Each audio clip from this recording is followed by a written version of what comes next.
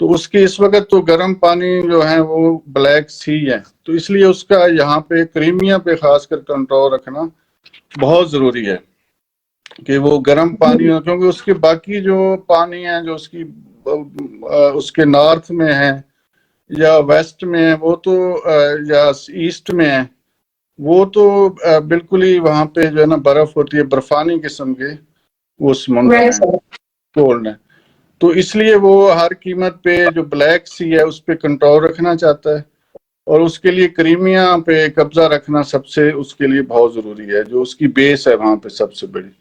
تو ابھی جیسا میں بتا رہا تھا کہ یہاں کی مسلم بڑی ریچ ہسٹری ہے، اس سے پہلے منگولوں کی ہسٹری ہے کہ جو چنگیز خان کا سب سے بڑا بیٹا تھا اس کو یہ ایریا چنگیز خان نے دیا تھا، جب اس نے بیٹوں میں تقسیم کی اپنی امپائر، تو 4 اس کے بیٹے تھے، تو یہ جو یوکرین اور رشیا والا جو ایریا تھا اس کے سب سے بڑے بیٹے جوچی خان جو تھا اس کو ملا تھا، اور اس کی اولاد میں سے ایک اس کا بیٹا تھا جو بعد میں مسلمان ہو گیا، برق۔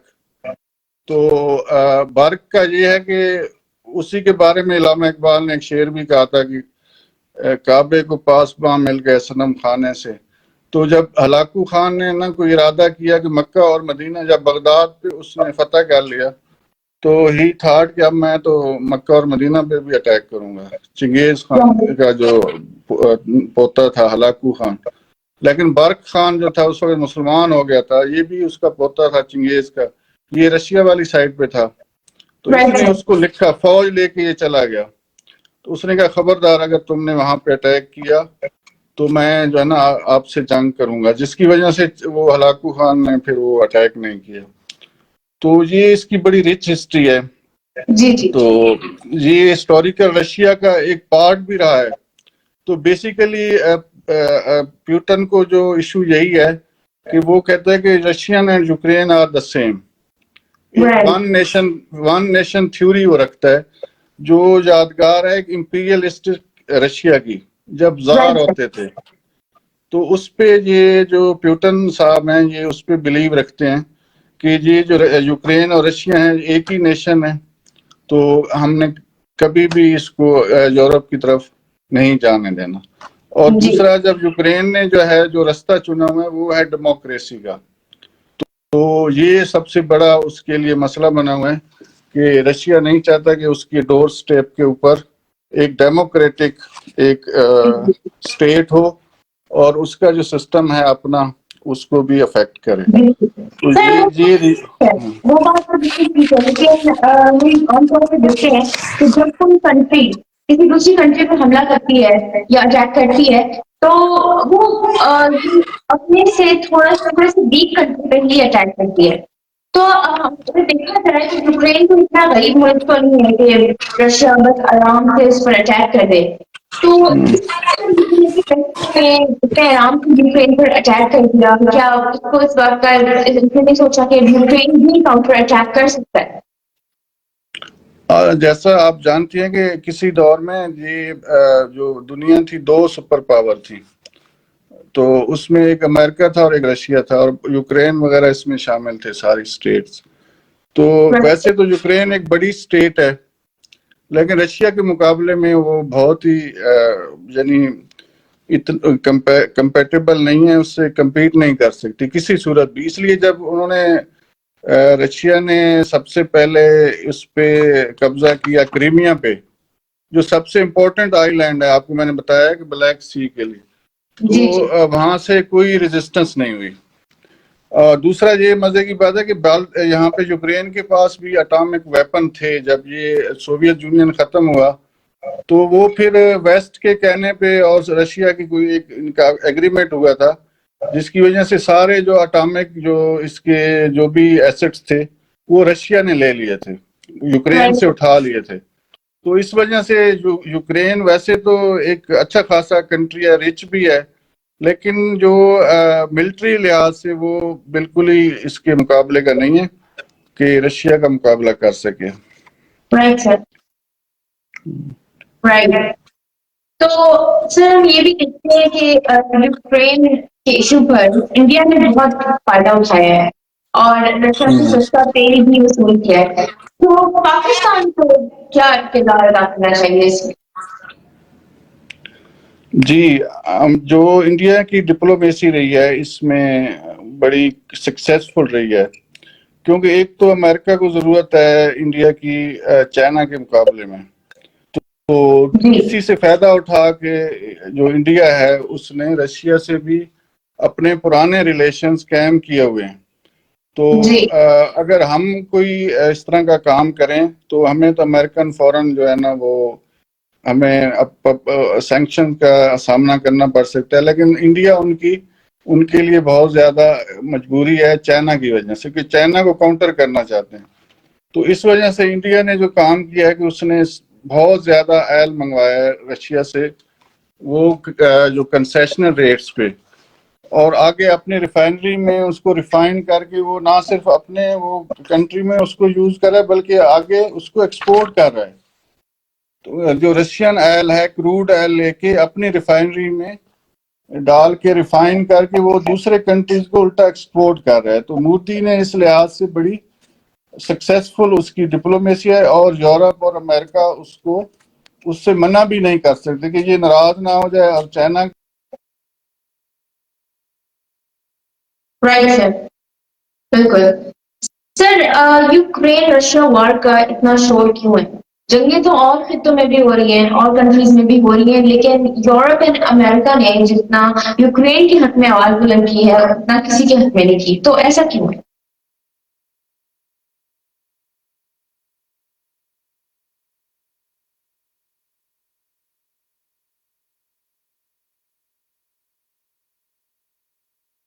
Sir, can you hear me?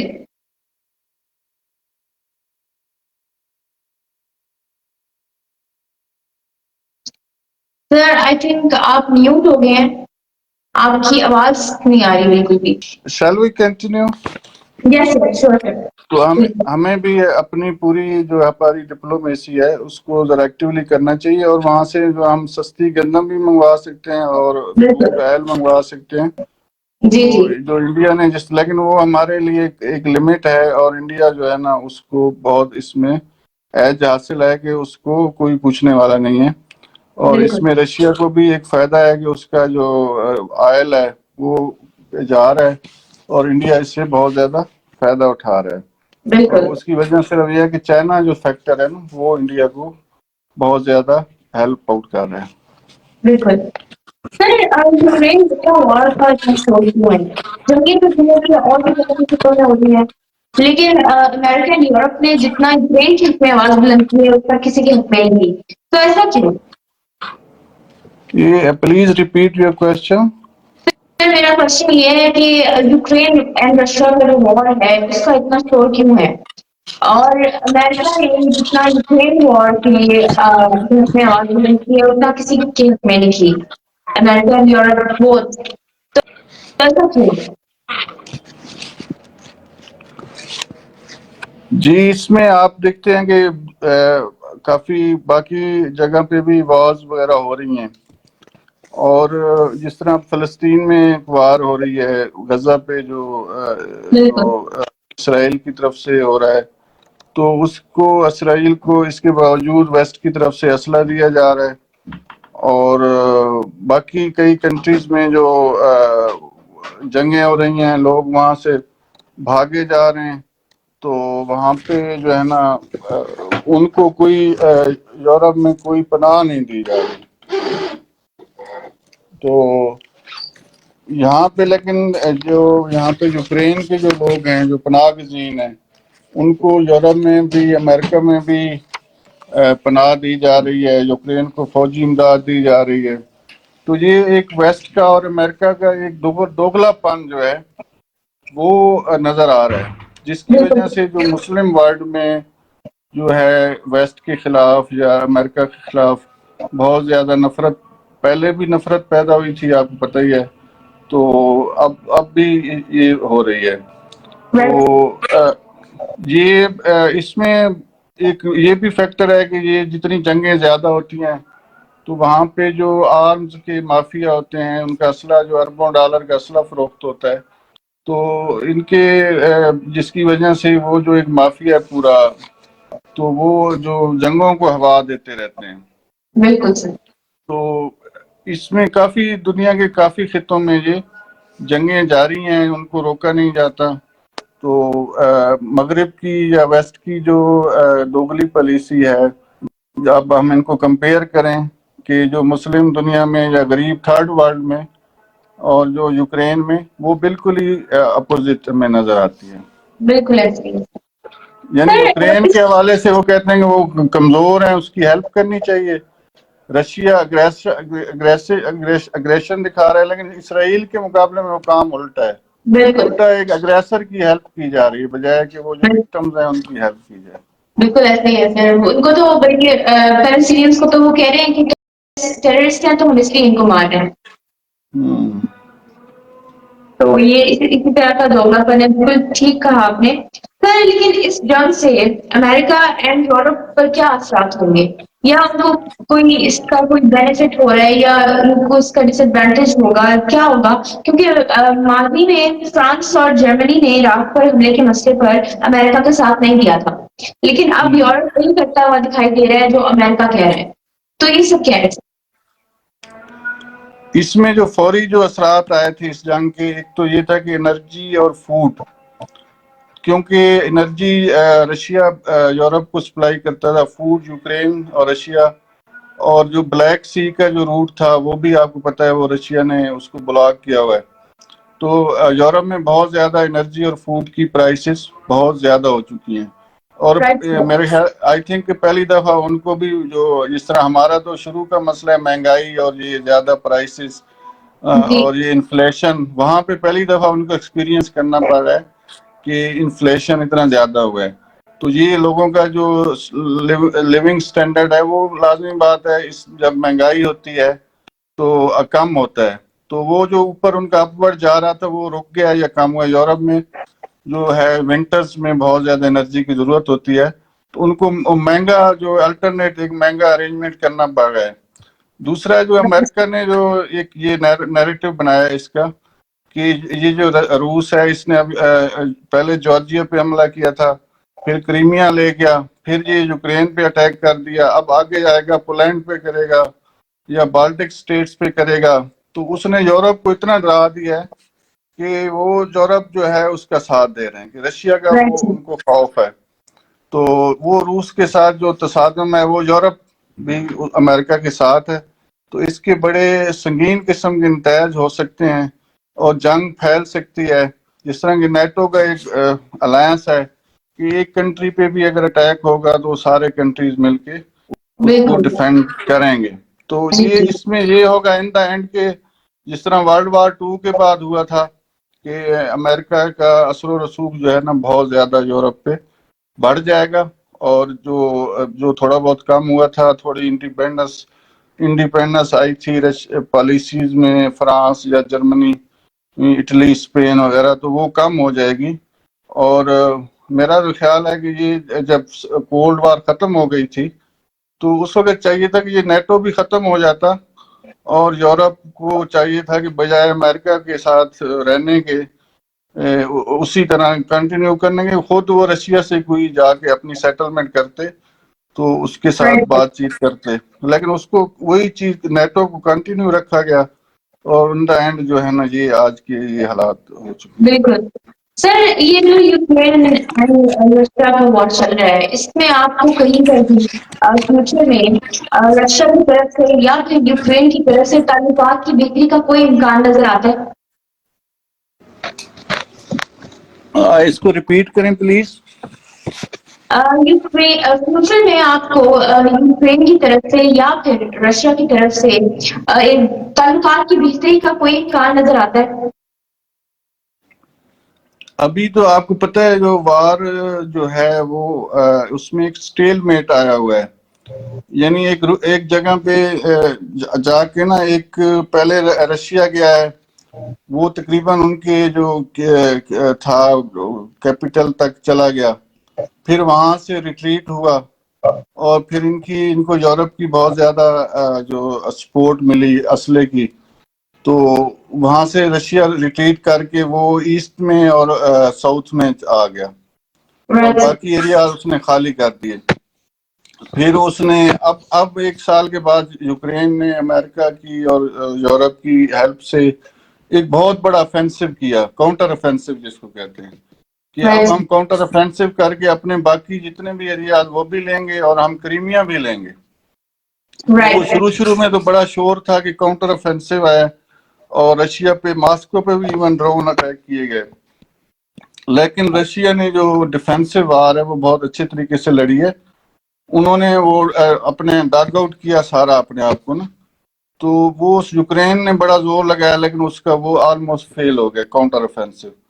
تو یورپ کا اب جو حالات ہیں, یورپ کی طرف سے جو سپورٹ ہے وہ بھی لیول کم ہو گیا, کیونکہ ایک تو اسرائیل اور یہ غزہ کا ایشو آ گیا, تو یورپ اور جو امریکہ ہے ان کی جو انرجیز کچھ ادھر لگ رہی ہیں, تو ادھر ان کا جو فل جو فلیج جو ان کی سپورٹ تھی وہ کم ہو کے رہ گئی ہے.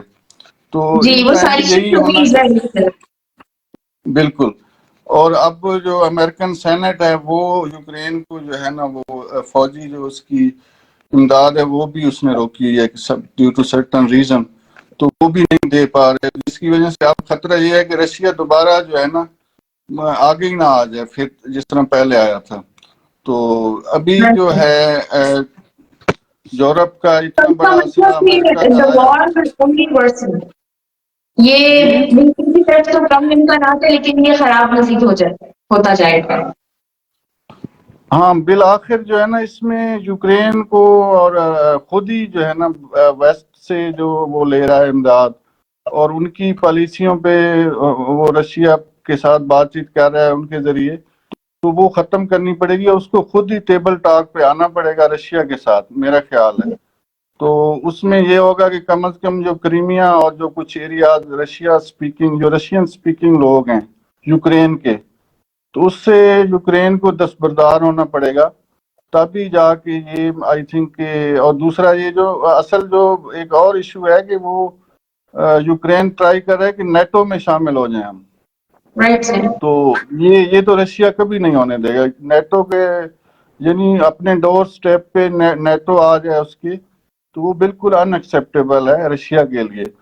تو یہ اس طرح کی چیزیں آئی تھنک کہ وہ اس کو یوکرین کو ترک کرنی پڑیں گی کہ نیٹو میں جائے یا یورپ کے ساتھ اتنا اس حد تک الائی بن جائے, تو اس کے بعد یہ کوئی معاملہ ان کا ہو سکتا ہے, حل ہو سکتا ہے. جس طرح دوسری سوویت اسٹیٹس ہیں, قازقستان ہے یا یہ سنٹرل ایشیا کی, تو انہوں نے ایک قسم کا ریلیشن شپ رکھا ہوا ہے رشیا کے ساتھ, تو اس طرح کا یوکرین کو بھی رکھنا چاہیے بجائے اس کو ان کو اپنا دشمن بنا لیں اور وہ لڑائی جھگڑے میں پڑنے.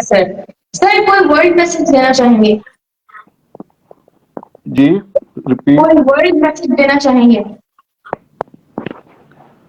میسج کس کو؟